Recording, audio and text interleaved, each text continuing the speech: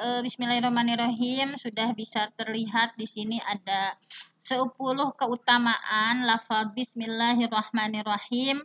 Mudah-mudahan dari lisan kita semua sudah secara spontan ya menyebut Bismillah. Berbagai hal yang akan kita lakukan. Nah, di sini di antara keistimewaannya ini masih menyimpulkan hari kemarin ya.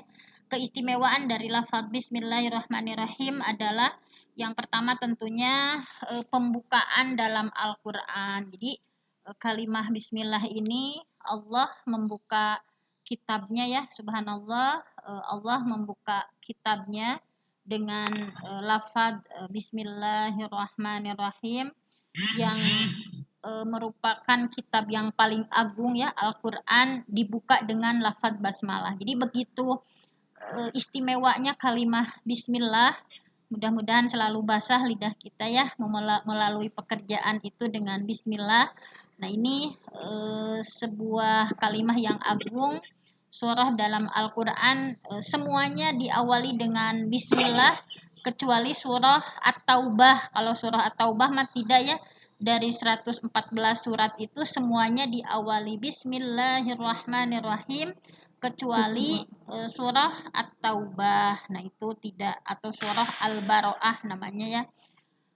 Nah, kemudian di sini juga disampaikan bahwa selain dari kalimah bismillahirrahmanirrahim itu sebagai pembuka dari Quran ya, semua surat diawali dengan bismillah. Kemudian yang kedua adalah Rasulullah menggunakan ketika membuka surat. Nah, ini Bapak Ibu kalau kita bikin surat gitu ya, jangan lupa pakai bismillahirrahmanirrahim, atau kita mengawali pembicaraan dalam WhatsApp misalkan ya, ketika akan menyampaikan pesan misalkan dengan bismillah. Nah, jadi Rasulullah pun dalam membuka surat dengan mengawali surat beliau mengirim ke raja-raja ya, untuk mengajak mereka supaya masuk Islam dengan lafaz basmalah. Basmalah. Misalnya di sini sebagai contoh saja salah satunya beliau mengirim surat ke Raja Heraklius. Nah, pernah dibahas ya. Ini adalah dari Ibnu Abbas, dari Abdullah bin Abbas, ada kisah yang panjang bahwa Rasul pernah mengirim surat kepada Raja Romawi Heraklius supaya yang selanjutnya dia mencari orang Mekah ya yang saat itu gitu. Jadi Heraklius itu mencari orang Mekah yang sedang pada dagang ya ke sana, dan ternyata yang ditemukannya itu adalah Abu Sufyan yang sedang bisnis di Syam. Sehingga ada dialog antara Raja Heraklius dengan Abu Sufyan. Nah, tapi Abu Sufyannya saat itu belum masuk Islam gitu ya. Membahas tentang ciri-ciri Nabi yang diutus di Mekah. Nah, ini selanjutnya Abu Sufyan menceritakan tentang isi surat gitu ya. Jadi setelahnya Abu Sufyan masuk Islam menceritakan tentang isi surat yang dikirim oleh Rasulullah kepada Raja Heraklius. Kita sering nonton gini ya di gimana? Dokter, takut kelupaan.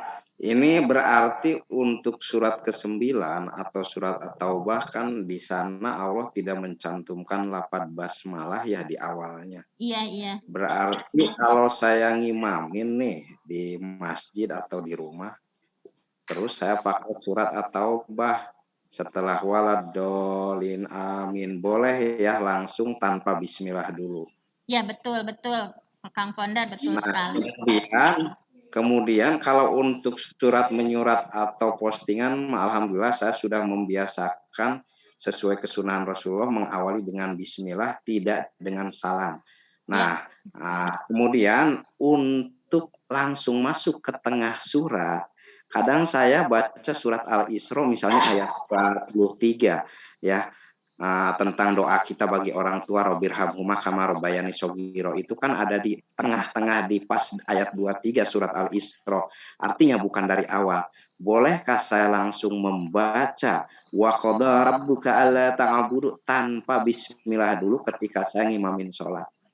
Iya, ya betul. Kalau tidak di awal surah ya, kalau tidak di awal surah dari ta'ud misalkan langsung ke surat ayat tersebut gitu. Kecuali kalau awal surah maka pakai bismillah dulu. Tapi kalau tengah surat, maka langsung saja dari ta'ud misalkan ke ayat yang dituju tadi.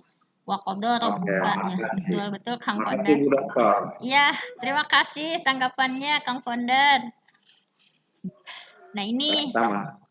ini ya salah satu contoh bahwa Rasulullah ketika membuat surat itu diawali dengan Bismillahirrahmanirrahim min Muhammadin Abdillah wa Rasulihi ila Hiraqla azimir Rum salamun ala manittaba'al huda amma ba'du. Nah, seperti itu contohnya dalam bersurat ya, berkirim surat.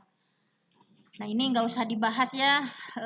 Kemudian di sini juga kita lihat bahwa kalimah Bismillahirrahmanirrahim juga terdapat dalam isi surah Nabi Sulaiman kepada Ratu Balkis. Ya ini, nah Bismillah ketika Nabi Sulaiman mengajak ya kepada Ratu Balkis supaya waktu itu kan Ratu Balkisnya masih musyrik ya, masih menyembah matahari. Nah, kemudian diabadikan dalam kisahnya itu ketika Nabi Sulaiman menyurati gitu ya Ratu Balkis dan kaumnya.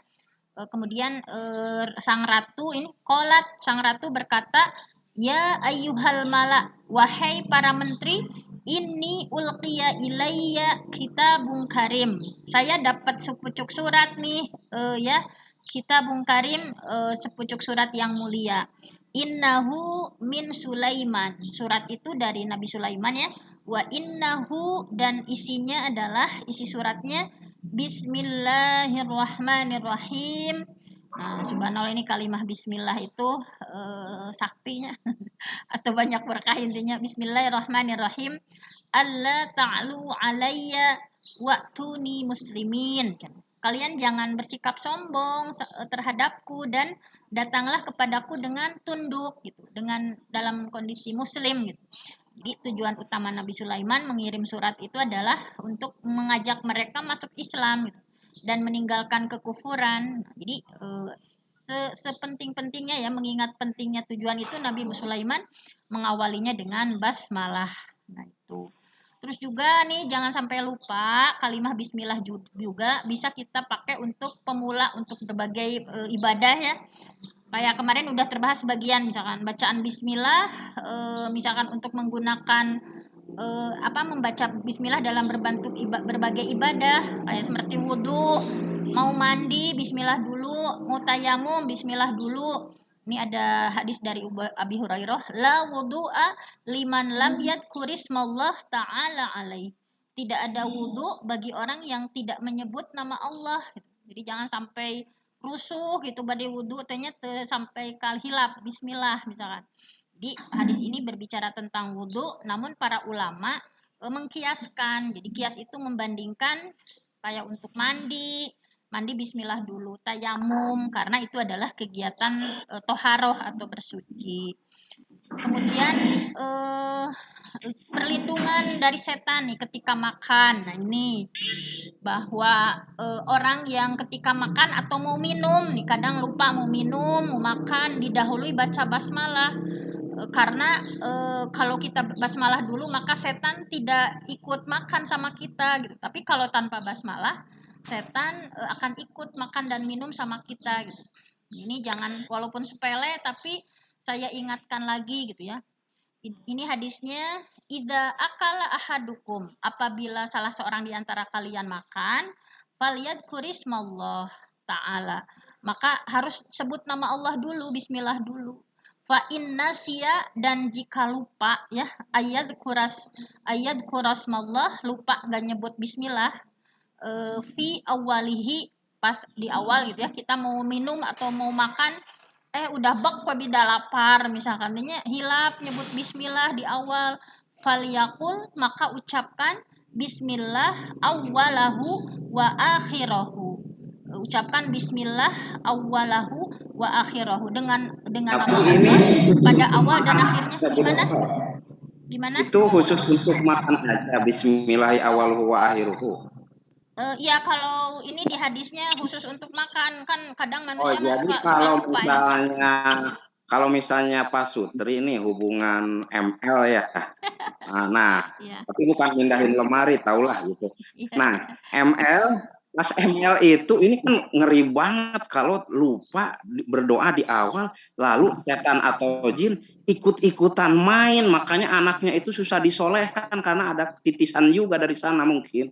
Nah, itu lupa. Nah, apakah bisa dikiaskan dengan hadis ini?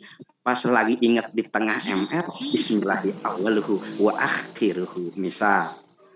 ya udah kalau ini makan khusus makan. Kalau itu mah udah aja yang Bismillah Allahumma jannim dan syaiton wa jannibi syaiton ma razaqtana. Walaupun di tengah juga karena kan nggak ada keterangannya. Berarti ngeri juga ya Bu Dokter kalau sampai lupa doa sebelum Pak Sutri ya, Iya betul. ngeri. Karena sekarang Takut. ikut-ikutan, Ya, ya nggak nanti kan. rela banget saya Iya, kalau gitu. iya betul betul betul. Makanya anaknya misalkan susah ya untuk dididik misalkan kayak bandel atau gimana misalkan takut-takut ketika kita berjima ya pas tadi ML itu setan ngikut gitu kalau tanpa basmalah dulu. Ternyata masih ada DNA setan sekian persen. Masya Allah, astagfirullah. Ya betul betul Kang Bondan. Dan untuk yang makan ini terakhirnya ini ada penguatan dari hadis dari Huzaifah, inna syaiton bahwa sesungguhnya setan layas tahillu to'am, dibolehkan makan gitu ya, alladzi lam yadkurismallah alaihi. Jadi setan itu dibolehkan makan makanan yang tidak dibacakan nama Allah ketika kita mau makan. Nah seperti itu. Mungkin ada 7 menit lagi ya. Nah ini Kang Ponder ada penjagaan dari gangguan setan ketika ML tadi. Nah ini jadi Siap, siap. uh, nah ini kemarin sebetulnya udah terbahas sebetulnya cuman kita lebih penegasan bahwa jangan sampai lupa nih baca bismillah. Saya memberikan penegasan itu saja. Jadi ini ada hadis dari Ibnu Abbas dari Abdullah bin dari Abdullah bin Abbas ya, bahwa Nabi bersabda, lau anna ahadakum. Jadi kalaulah jika anna ahadakum salah seorang di antara kalian idza arada ayyatiya ahlahu, ketika ingin menggauli istrinya gitu ya, ingin menggauli istrinya, qala maka ucapkan bismillah. Nah, ini jangan lupa tadi kata Kang Founder betul mengingatkan baca bismillah dulu. Allahumma jannibna syaitan wa jannibis syaitan ma razaqtana. Dengan menyebut nama Allah gitu ya. Jadi sehingga fa innahu iyuqaddira bainahuma waladun. Nah, jika kemudian Allah ya menakdirkan lahirnya seorang anak, lam yadurruhu syaitanun abada.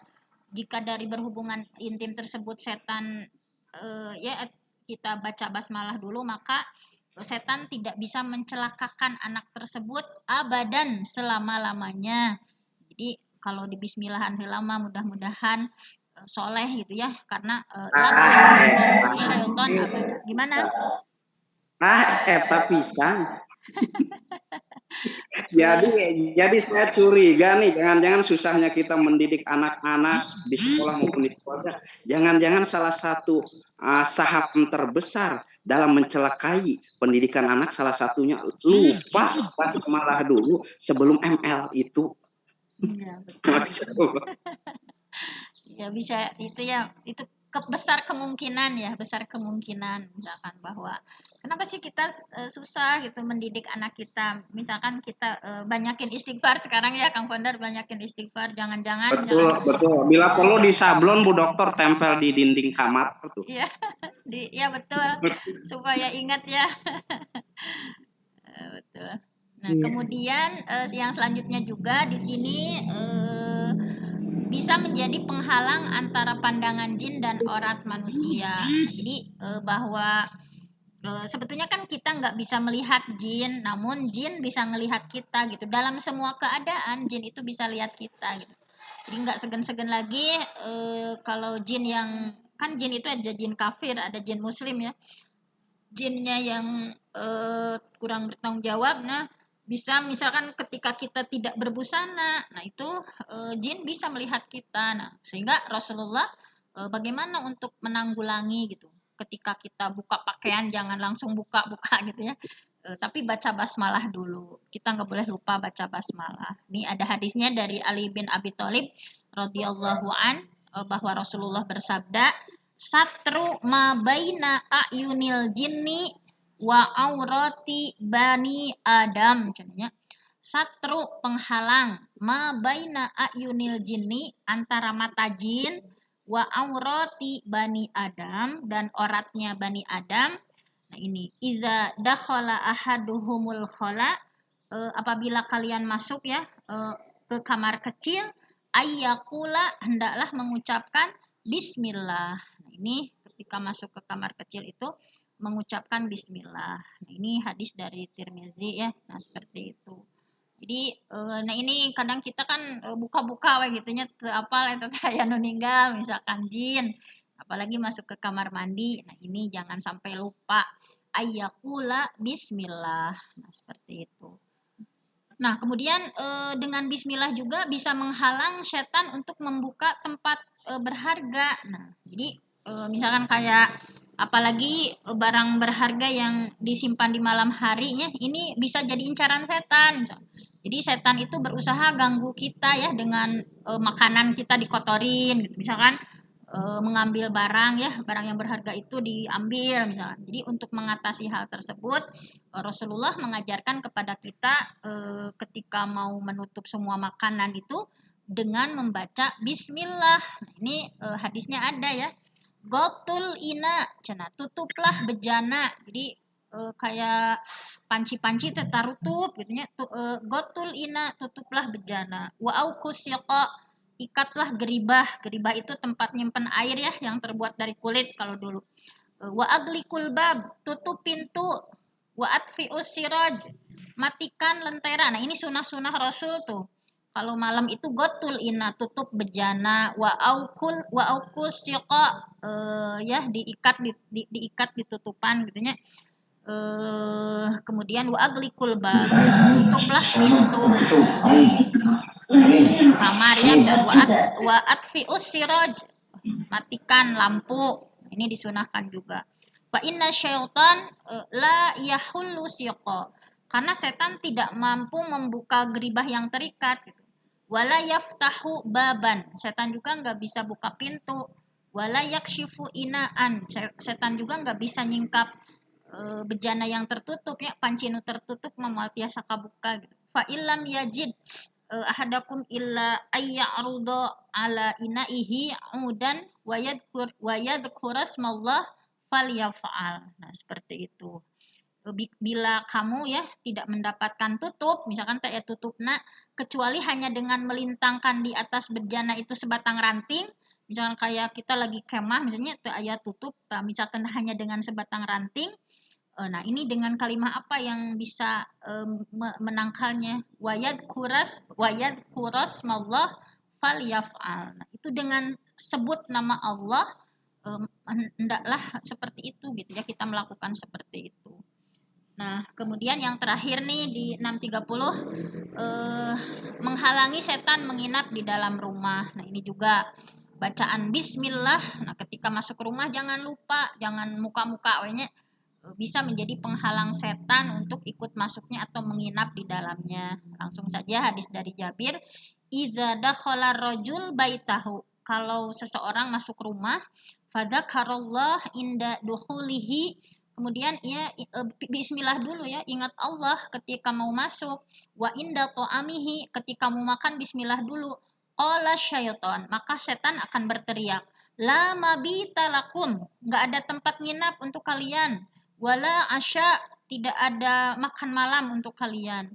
Wa idza dakhala, kemudian tapi ketika seseorang masuk, falam yadkurillah, tapi enggak ingat Allah, enggak bismillah dulu, inda dukhulihi, ketika masuknya, qala syaitan, maka setan berteriak, adarok tumul mabit cenah.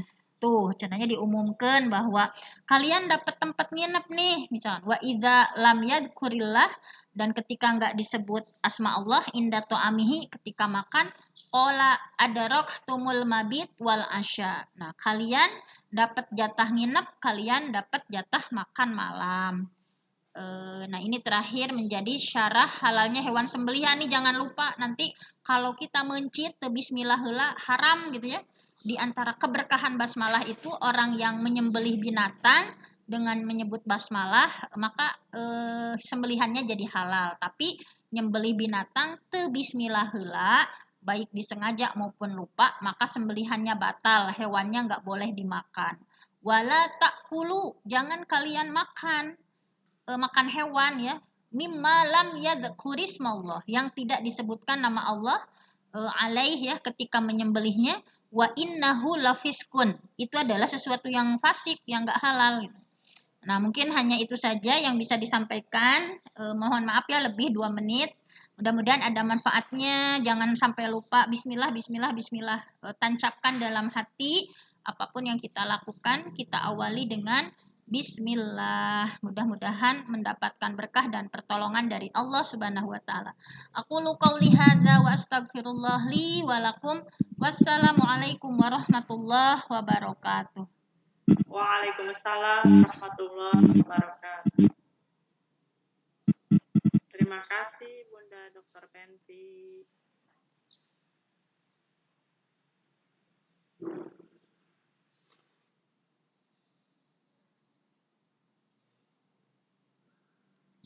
Bu Nunung masih di mute. Iya. Terima kasih. Kemana tuh Bu Juhronya? Termute juga saya ternyata. Maaf.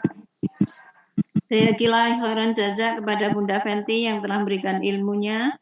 Semoga kita bisa menerapkan dalam kehidupan kita sehari-hari untuk tidak lupa selalu mengawali semua amal perbuatan kita, amal ibadah kita dengan bacaan basmalah. Bapak Ibu yang dirahmati Allah, berkenaan dengan waktu karena sudah saatnya kita akhiri, mari kita tutup kajian subuh pada pagi hari ini dengan benar bersama-sama membaca doa kafaratul majlis. Subhanakallahumma wa bihamdika asyhadu an la ilaha illa anta astaghfiruka wa atubu ilaik. Dari saya sebagai pemandu acara banyak salah mohon dimaafkan. Assalamualaikum warahmatullahi wabarakatuh. Waalaikumsalam warahmatullahi wabarakatuh. Terima kasih kepada Bunda Juhro yang telah memandu acara ini. Terima kasih juga saya aturkan kepada Kang Asep ya yang telah hadir di tengah-tengah kita. Semoga dengan adanya kehadiran Kang Asep dapat menambah motivasi yang lainnya untuk ikut bergabung, dan yang telah bergabung semoga tetap istiqomah hadir di Zoom ini. Amin. Dengan adanya Kang Asep bisa menambah semarak suasana loh Kang. Terima kasih juga kepada Bu Hajah Nunung yang telah memimpin bacaan Al-Quran surat Al-Baqarah ayat ke-17 sampai dengan 20. Terima kasih juga kepada Bunda Penti yang telah menyampaikan keutamaan surat Al-Fatihah sehingga bisa menambah pengetahuan kita tentang keutamaan surat Al-Fatihah. Dan terima kasih juga kepada yang telah berkenan hadir Zoom ini. Semoga Allah membalasnya dengan